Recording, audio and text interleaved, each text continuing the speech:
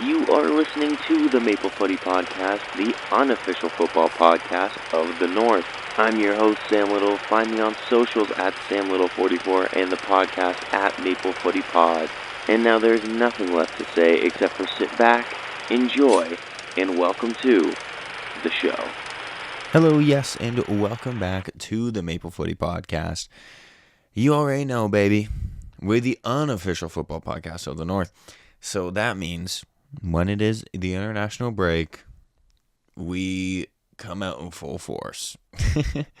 And yeah, of course, as of today, as of recording today, there we go, Canada played Wales, and Canada beat Wales in Swansea, which is quite the big result. I do know it is only a friendly, but this is still a massive result. It is the first time that Canada has ever beaten European opposition on European soil back-to-back ever.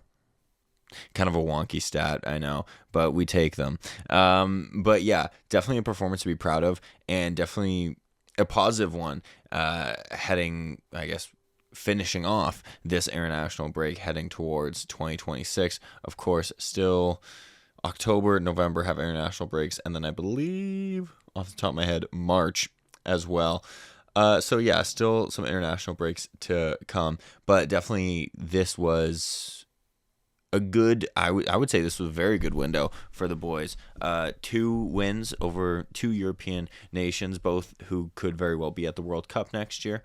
And Canada, I think, looked pretty good for the most part over these 2 games. So how about we talk a little bit about our game against the Welsh? All right, so we go pros. Wow, I just nearly swallowed my microphone on that one. We go pros, cons, then we do player-by-player breakdown, starting with the goalkeeper all the way to the attackers, then finishing off with the subs. And in typical Maple Footy Samuel fashion, we'll probably go off on a couple tangents as well as we go on. But yeah, before we even get, here we go, breaking my structure immediately. Before we get to the pros, just some food for thought. Why do we play better against non-CONCACAF teams, I find? I know I mentioned this in the last episode, but I'm going to double down on it in this one. We look so much better against any team outside of CONCACAF. I'm not saying we look like proper world beaters, World Cup champs 2026. No. But it just looks like we look more comfortable. Like we tactically feel more ready for them, and it's very strange to me because we are a CONCACAF team. We are a CONCACAF team. Why are we performing better against non-CONCACAF sides and really struggling against CONCACAF teams? We played better against Wales and Romania than we did against Guatemala, and no disrespect to Guatemala, but that's kind of insane. And that's not the only time. Obviously, Mexico have definitely been a haunting factor these last couple of months really years, but we'll say months with the Jesse Marsch reign. The States are not great right now, so we can't really say we struggle against them, although I always worry when we play the States, but that's just me because I'm conditioned as a Canadian supporter to, be worried by the States because the States have caused us pain many a time. And then, teams like Costa Rica, these CONCACAF teams, we struggle against them, but then we play in the Copa America against non-CONCACAF teams, and we look quite good. These European friendlies that we've done, discounting the Netherlands one, we look good. When we played Ukraine in the Canadian Shield, which was also a friendly, by the way, we look good. So it's just interesting to me that we look better against these European sides, and I don't know why that is. Maybe it's because they afford us more time on the ball. Maybe they want to play proper football and not CONCACAF football, whereas CONCACAF football is, hey, I'm just gonna 2-foot you, not get a card, and then I'm gonna do it again, and I'm gonna do it again, and then I'm gonna do it again, and then I'm gonna score a 91st minute goal off the side of my eyebrow, and it's gonna be the worst game you've ever watched. That's CONCACAF football, whereas European, or outside of CONCACAF football, not even just European, outside of CONCACAF football. Like, they actually just want to play, you know? And maybe that just suits us more, just playing footy. It might just suit us a little bit more. So, petition to get Canada out of CONCACAF, I guess, is the point I'm trying to make here. But yeah, it's just a strange observation. And hopefully, I guess in that sense, we don't draw CONCACAF teams in the World Cup, I suppose. Yeah. So we'll kind of look at our pros now. The pros, the positives. Number one, I thought we had a great battle between like all of the wing players and their opposite numbers. So Lorea and Brooks had a really fun battle to watch. Buchanan and Capaccio, by the way, that he's 18. That's crazy. I'm feeling old the more I watch these. Dan James and Seager, even Nico Williams and Seager as well, because Nico Williams really pushed forward. And then Ali Ahmed and Nico Williams. Just very fun to watch. And I know that's not like the most, like, yeah, that was a pro, you know, but it was just really fun to watch. Like, that to me is extremely fun, especially Brooks and Lorea. Just the shithousery there going on between the two of them was a lot of fun to watch. And I think those are the moments that Lorea really thrives in, is when he gets to get under an opponent's skin. And more than that, Lorea then kind of thrives off of them kind of being off their game. So then he kind of is able to be on his game, really pushing forward in the attacks and whatnot. And it was very entertaining to watch that battle specifically. But yeah, just all the wing battles I thought were some of the best of the game. Our midfield. Here's a pro for our midfield. I thought our midfield looked good today. Kone and Saliba, I thought, complement each other really well. There was some poor decision making at times, but we'll get into that more as I kind of get onto the midfielders, because we're trying to be positive here. Let's be positive. I had said last match that I really like, obviously, Stacchio and Kone both as players, but I'm not sure they really complement each other well in the midfield. I thought Saliba and Kone really complemented each other in the midfield. That didn't sound like English. Complemented each other in the midfield. There we go. And I just thought when Saliba would push forward, Kone would kind of sit back, and then vice versa. They'd always be available for each other, like as a passing option. Both of them extremely comfortable and technically gifted on the ball. Both, kind of like I said, not afraid to push forward, but not afraid to defend. It was very complete performances from the two of them, and then it also, both of them then complemented each other, and I thought we saw a really good midfield pairing together. And I would have to definitely fact check this, but I believe that that's the first time we've seen the two of them start a game together in the midfield. And like I said, I could be wrong. I did not fact check that, but off the top of my head, I'm pretty sure this is the first time that they've started a game together. And I would maybe like to explore this pairing a little bit more. I do feel for Chouanière a little bit. I think he's more than earned a starting spot, but, you know, that's for Jesse Marsh to decide. Not for me. Next one. Our set pieces have been strangely not great over the last little bit. Apparently, Derek Cornelius is our hero for that. Because, wow, what a goal. And I will talk more about Derek Cornelius as we get to him. But yeah, Derek Cornelius, maybe our set piece hero now, moving forward. Yeah, I don't really want to see anybody else on free kicks now in and around like the 25-yard area, because we've now seen that Derek Cornelius is capable of doing that. So, yeah, just let him go. Apparently, Caldwell said on the broadcast that Shanetti had said, game of he said, she said, apparently Derek Cornelius was practicing those in training for like a bit and just consistently kept on putting them top bins. So apparently it was no surprise that he did that in the game. It was a surprise to me because you see a center back step up for a free kick, and here's an insane deep cut. Remember Robert Huth from Leicester back when they won the league title, when Robert Huth took a free kick? If you don't, go look it up. I'll wait. Did you look it up? No? Okay, I'll give you another second. Yeah, right, exactly. That's what happens when a center back takes a free kick. Derek Cornelius has like no right to be doing this. You're a center back. But yeah, no. In all seriousness, this isn't a joke. This isn't a bit. if we have a free kick in and around the 25-yard-ish area, nobody other than Derek Cornelius should be taking that, straight up. Another positive for me, this one's a biased one. Theo Bair got minutes, and if you've been listening, you know I'm a big-time Theo Bair fan, so this just made me happy. I was happy to see Theo Bair. Wish he scored. He didn't really get much service. He was on that for like 15 minutes. But, yeah, just happy that he got another cap to his name. I really, really hope that he can configure into Jesse Marsh's 2026 plans. I'm not sure he will with how stacked our strikers are, unless Derek Cornelius, unless Theo Bair really, really lights it up in Switzerland this year. I'm really hoping he does, and that we can see him in the plans, but time will tell, I suppose. Our final positive here, I really liked when Hoylett came on. We played with a 3-man midfield, Hoylett as the number 10, although I do think Hoylett is probably most effective as a winger.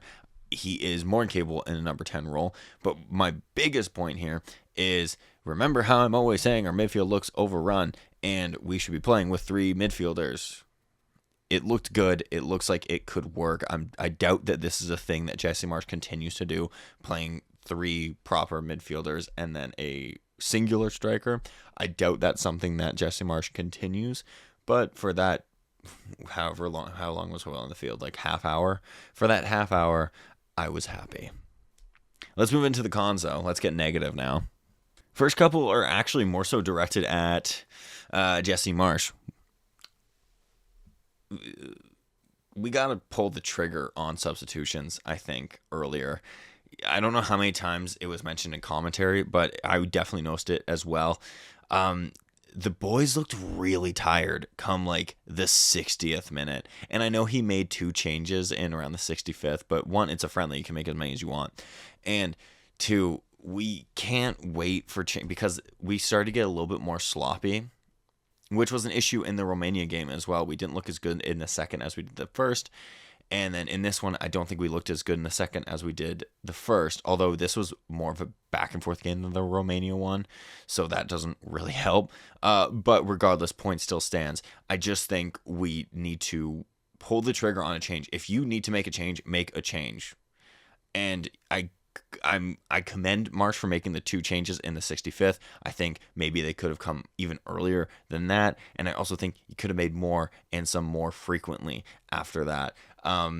That's just me, because in a World Cup game, you're not going to have this time. If Tajon Buchanan looks super tired and looks leggy and looks like, he can't hold on to a ball, he's not really going to create much, you can't then be like, we'll give him another 10 minutes, 10, 15 minutes, because a top-class team like a Germany, like a Brazil, like an Argentina, they're going to punish you. They just will. And I think that is a big-time point, too, that we're going to get into. We could get punished by big-time teams, I think. And this is no disrespect to Wales or Romania. They are both good teams, but there is a different class, right? There's good teams and there's great teams. And Wales are a good team. And I know that probably sounds extremely disparaging and disrespectful. I don't mean it that way. I think Wales have a class team, and I really hope to see them at the World Cup.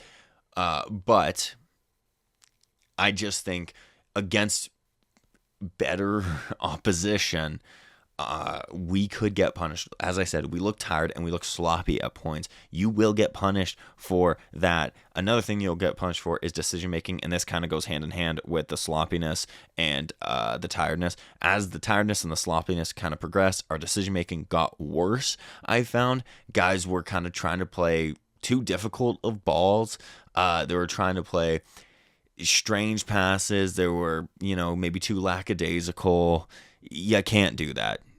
Once again, a Germany, a Spain, Argentina, the teams we're talking about by now, they're going to make you pay.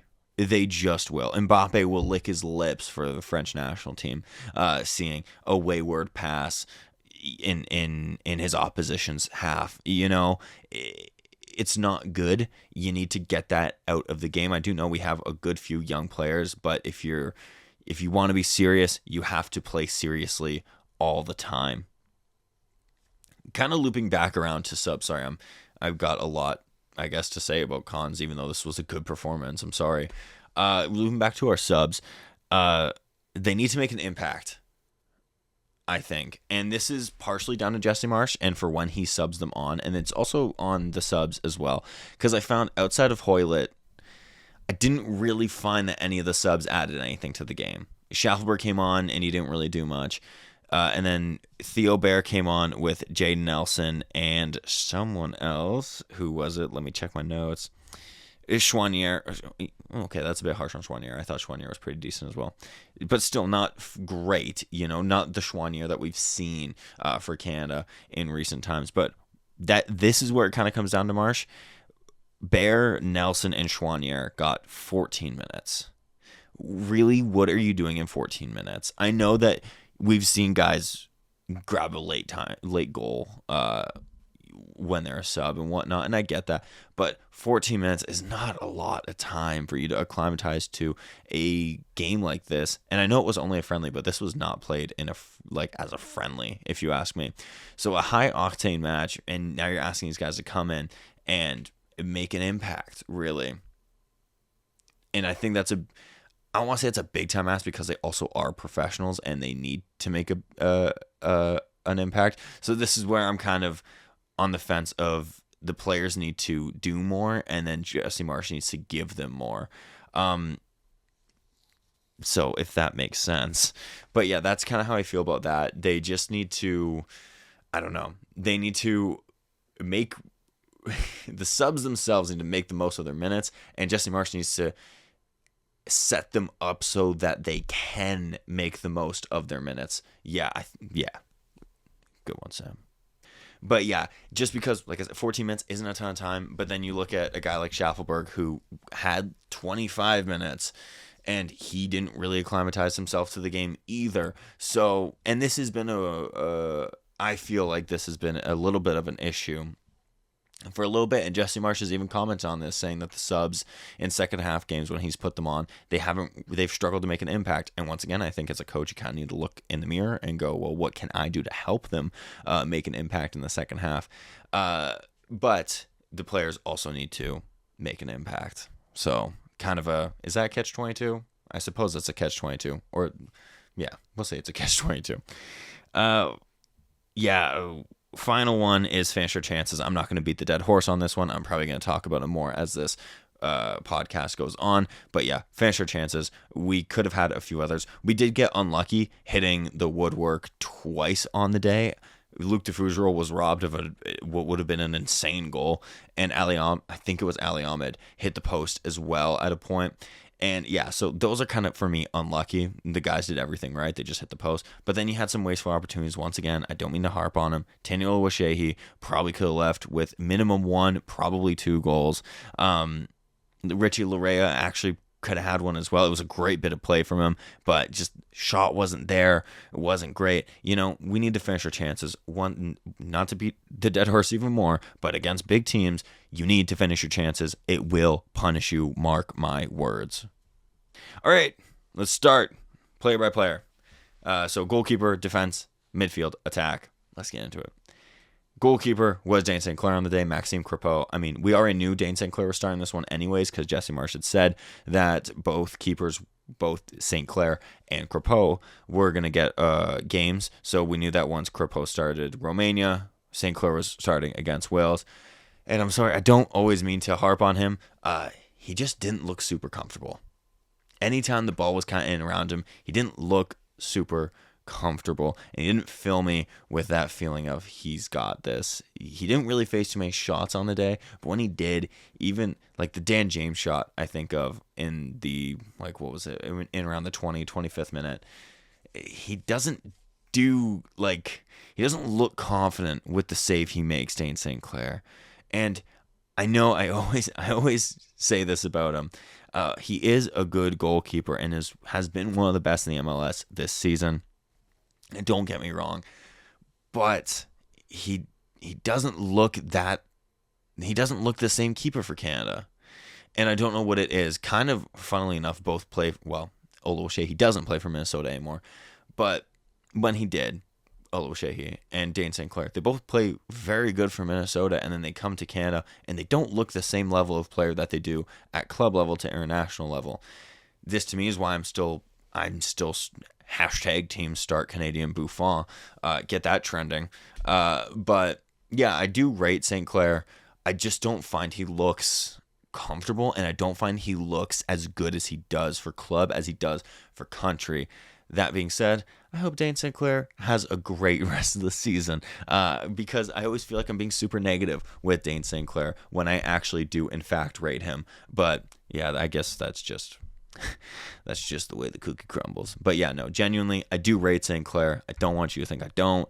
I just feel like he wouldn't be my choice. And I think that's where it begins and ends. We'll move into the defense. And I will say, unimpressive by the defense to start the game. They looked extremely shaky, Derek Cornelius aside, because I thought Cornelius from minute 1 to minute 90 was the best player on the park. The rest of the defense, I thought Derek Cornelius was covering for them for a good little bit. So we'll start with Lorea. In the attack, I thought he was very good from the moment he started to the moment he ended. That was very consistent about his game. He looked very good, very comfortable going forward. As I said, that battle that he had with Brooks was very fun to watch. It was a proper winger versus fullback battle. Both of them got the better of each other on a couple of occasions. Very fun to watch. Very good battle. In the attack, Lorea, I thought looked great. As I kind of alluded to earlier, had a great bit of play where he carried the ball, sent, I can't remember which Welshman, flying literally off the pitch, but sends him flying off the pitch, and then makes the decision to shoot from a weird angle, doesn't get enough bend on it, and when he could have crossed it and had a great assist, he tries to, and fair play to him, tries to go for the goal. That goes back to decision making, and that goes back to finishing chances and all that fun stuff that I was just talking about. In defensive play, I thought the start, Lorea didn't look terrible, but he didn't look great. He grew into it, I found, especially as that battle with Brooks kind of went on. I think Lorea was realizing he had to keep on upping his game, which was a lot of fun. And he did have a phenomenal clearance in I believe it was the second half. It might have been the first, but I'm 99% sure it was the second half. He had a great clearance there. But yeah, just at the start for the first little bit, it took him a bit to warm up. And not to go back to that horse, but we're about to beat it again. Against top teams, you can't have those lapses at any point in the game, whether it's the first 15, whether it's a middle chunk, whether it's the last 15, what have you. You can't have it. You will be punished. But outside of that, I do think Lorea had a good game. Moving over to his fullback counterpart, Nico Seeger, I thought was a little bit disappointing on the day. I don't think this was his best. Still want to see what he can do in the midfield for us. I don't think he was bad by any means. I just don't think he was great. I thought he was probably the defender that grew into the game the least, but he still got better as the game went on. I just found he wasn't contributing as much to the attack. He wasn't really stepping into the midfield a whole ton, and when he did, he didn't really find that joy that he was finding against Romania. And defensively, as I said, he wasn't great, but he wasn't bad. He was just he was all right, which you don't really want to be saying about one of your top prospects in the team. But yeah, I don't think it was as good as his Romania performance. But, everyone's allowed an off game, I guess. Defugero was far better in this game than he was against Romania, I thought. At first, I will say, he made a couple of decisions where I was like, oh no, please don't do this again. I don't want people to think that I don't like Defugero. But then he really sorted himself out, and I thought he looked very, very good. This was the Defugero that we've kind of seen for Canada so far that has been playing in Belgium, and he looked quite good. Once again, robbed of a goal. It would have been a phenomenal goal. Straight off a corner, back heel. No look back heel, by the way. and just hits the bar. Does everything right except doesn't keep it under the bar. Nothing he could have done about that. Literally did everything right.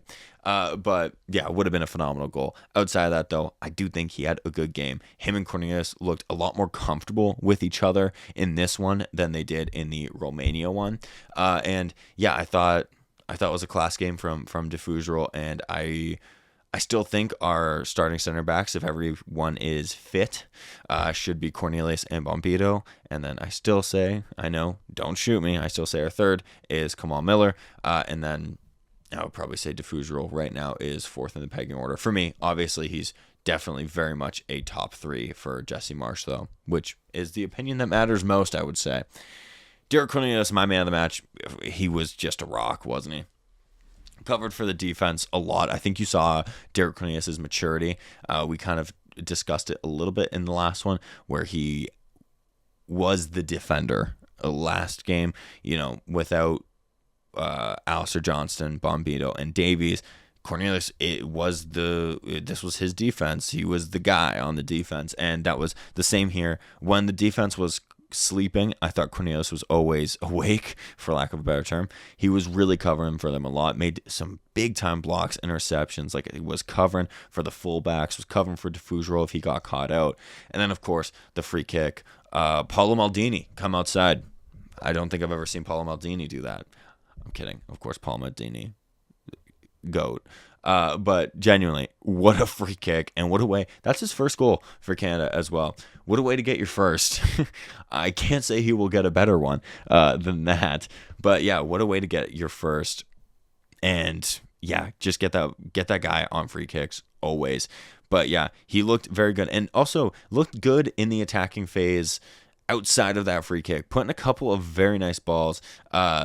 Maybe he could have had an assist or two on the day with some of the crosses he was whipping in. Also, something I still really like about Cornelius, how comfortable he looks on the ball, and his distribution as well. I alluded last episode that I thought he was actually very smart center back, knowing when to draw in the fouls, knowing when he may have to sacrifice a foul. And yeah, I just think he's a very intelligent player, and I really hope that he gets his flowers, because I really like Derek Cornelius, and I hope that he has a great season with Rangers. Let's move into the midfield, though. We will start with Ali Ahmed. I thought he was good, kind of like Seager. I thought he was good, but not as good as he was against Romania. Now, that being said, his game against Romania was one of his best, if not his best, showings in a Canadian shirt. So he would have had to have been better than what was just his best. I just thought he looked good. Don't get me wrong, he looked good. I thought he just didn't look as creative and as good of an attacking outlet as he was against Romania. But I do like, what I like about our wingers is that they track back and do, they do, whether they're great at defending is a different debate. But what I like about our wingers, both Tej and Ali Ahmed, is that they track back and they kind of help spring attacks from our end when we're trying to spring a counterattack, which is really good to have in your wingers, because how many times you see a winger just plant his feet, halfway line, and then just not do nothing until the ball comes to his feet. Like these two, they're both eager to get involved in the play, eager to help out defensively, eager to get into the attack. I really like that. But yeah, just for Ali Ahmed, as I said, not a bad game from him, just not as good as he was against Romania. And I just thought he found it a little bit more tricky to have the enjoyment that he did against Romania, against Wales, really. Moving over to his wing counterpart, kind of the same for Tajon Buchanan, really. Not a terrible game from him, but not a great game from him either. Still, every time he was on the ball, you thought maybe something could happen. But the problem is, I just thought Wales kind of had him a little bit, Like he would get around a guy, but then there'd be another guy there to stop him, Or he just like wasn't finding the joy that he was once again against Romania. But I mean, Tej is still my GOAT. So I will not badmouth my GOAT ever. But yeah, I just thought it wasn't as enjoyable of a day for, I guess, both of our wingers, really. I'm making the same point for both of them. So let's move into our center midfielders then.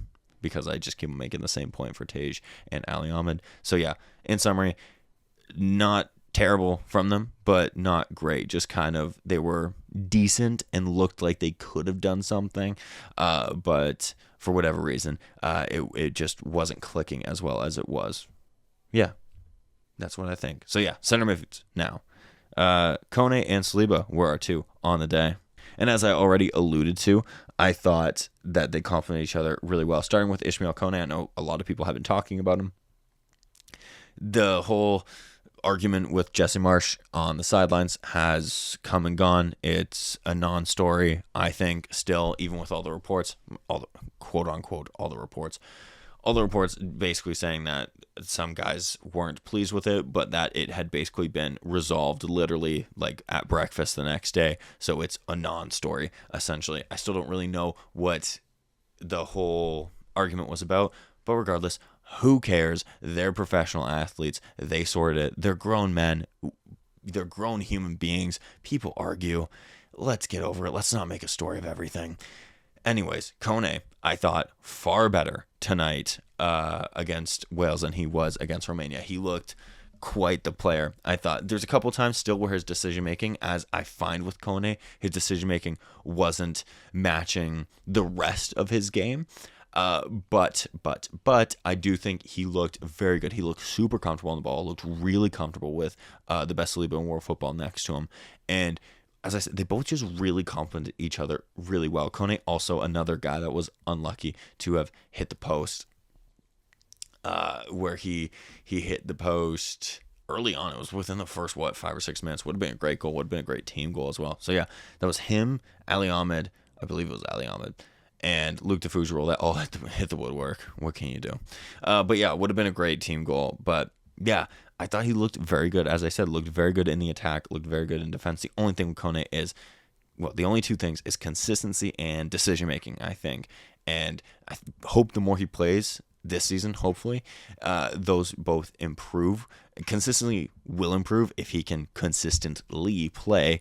And decision-making, I think, will improve with the game time.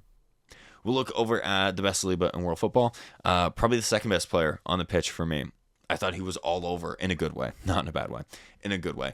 Kind of like with Kone, was more than willing to help out in the defense, and I thought looked very good in the attack. We've seen him now over the last couple months really, really develop that attacking gene. I had said a couple of podcasts ago when I was covering the men's national team, he reminds me of insane shout. Reminds me of a blend of Ruben Loftus-Cheek, and Samuel Piette. Got that like defensive knack to him like Piette does. Got that distribution to him like Piette does, but then has that attacking flair that kind of Loftus-Cheek does, where he's able to kind of carry the ball, push the ball forward, take some players out of a play.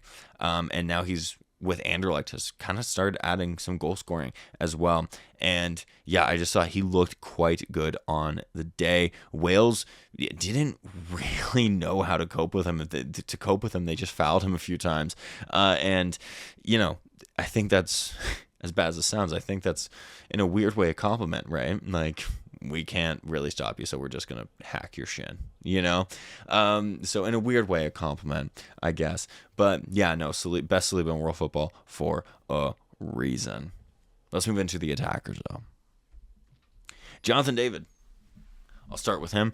I thought his least influential game under Jesse Marsch in quite some time. I don't think he got involved in the game as much as we would have liked. He didn't really have the only... like one chance comes to mind with him.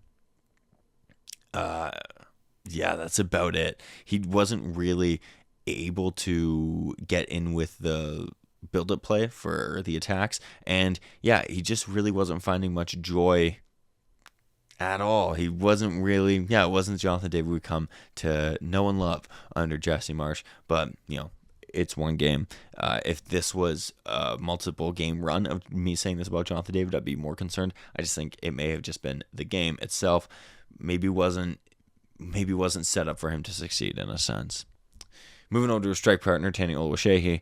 I've been positive about him. I have, and I do rate him, and I do hope that he does well at Villarreal. But as I kind of said with Dane St. Clair, I don't know what happens when he puts on the Canadian jersey. He's not as good of a player for us as he was with Minnesota. Minnesota, he was getting goals and making plays and grabbing assists and whatnot. With Canada, he doesn't look the same player. Like, he looks slow on the ball, for one, which is an extreme worry. There was twice where he looked extremely slow on the ball. One time where he was on about the edge of the 18-yard box, took way too long to take his first touch, took way too long to take his second touch, took way too long to actually get the shot off. By the time he got the shot off, Welsh guy was right in front of him, made the block. Second time, makes a very nice run where he's super quick, change of pace, whatnot, but then he gets the ball and immediately, it's like the ball like takes away 50% of his speed because he looks so slow on the ball.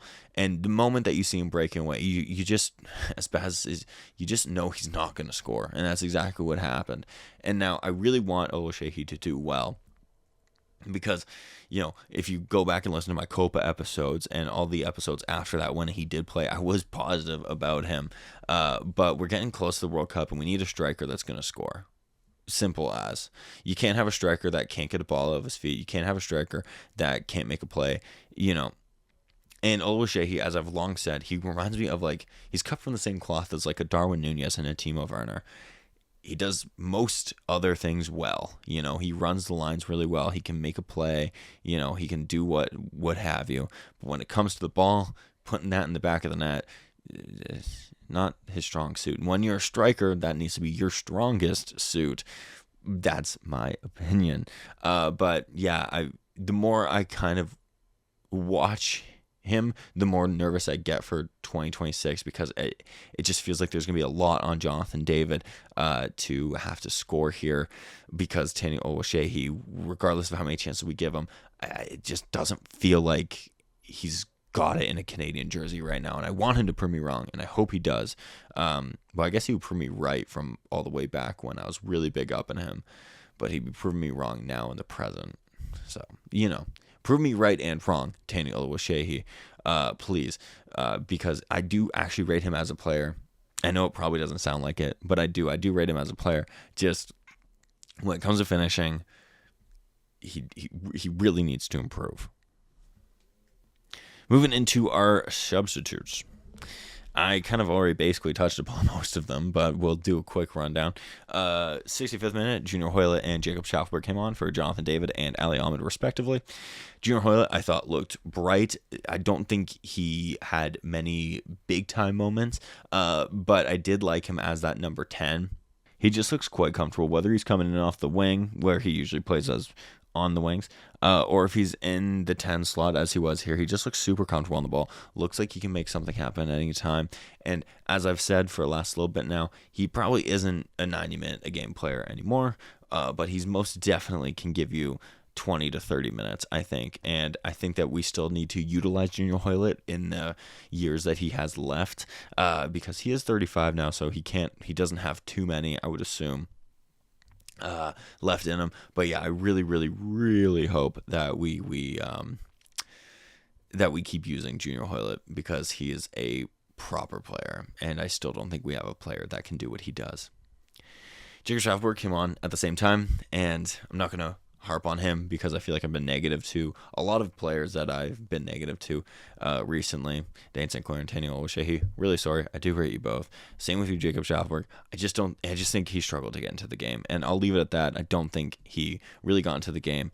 I really hope he can find that Copa form that we saw from him. But yeah, that's what I'll leave with Schaffberg. I don't want to get too negative. Mathieu Choinière, Jane Nelson, and Theo Bair all came on, and I already touched upon them. All three of them. I don't really think they had a whole ton of time to really get involved. I thought Choinière was probably the brightest of the three. But yeah, Jane Nelson, I can't really remember him really touching the ball, which is a shame because I thought he looked positive against Romania. I would have liked to have seen him start. That we're going to go back, retroactively adding in a con here. Although we did win, so it's easier, hindsight's 2020. Although we did win, I do wish that we switched up the squad a little bit. It is a friendly. I know that they're prepping for 2026, but I would have liked to have seen a little bit of change. Maybe give a Nelson a run out, give a Promise David a start, give a Theo Bair a start, give a Joel Waterman and a Jamie Knight-Labelle a start. That being said, of course, we won, so it doesn't really matter in the end. And then, speaking of Joel Waterman, in the 91st minute, he came on for Nathan Saliba. He got on for 2 minutes. I don't have a whole ton to say about his performance. It was nice for him to earn another cap. A CPL alum grabbing another cap is always a good thing. But yeah, that brings us to close on this episode and the international break.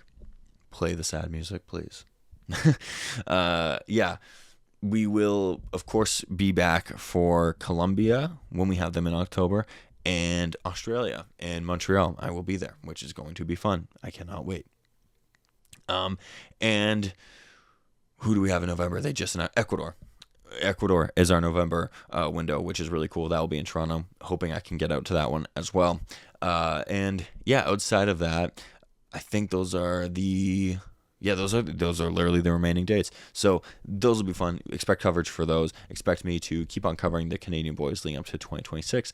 And yeah, outside of that, follow all the socials that are played at Maple Footy Pod, at Sam Little 44, all that fun stuff, all that jazz. But yeah, thank you so much for listening. I do hope you enjoyed. I hope that you enjoyed Canada's 2 wins. I know they were friendlies, but I don't care. A win is a win, I suppose. But yeah, thank you so much. And until next time, cheers, everyone. And that was your Maple Footy podcast. Thank you so much for listening. Check my socials for any and all future updates. Remember to support Canadian football, be kind, and until next time, live, laugh, little.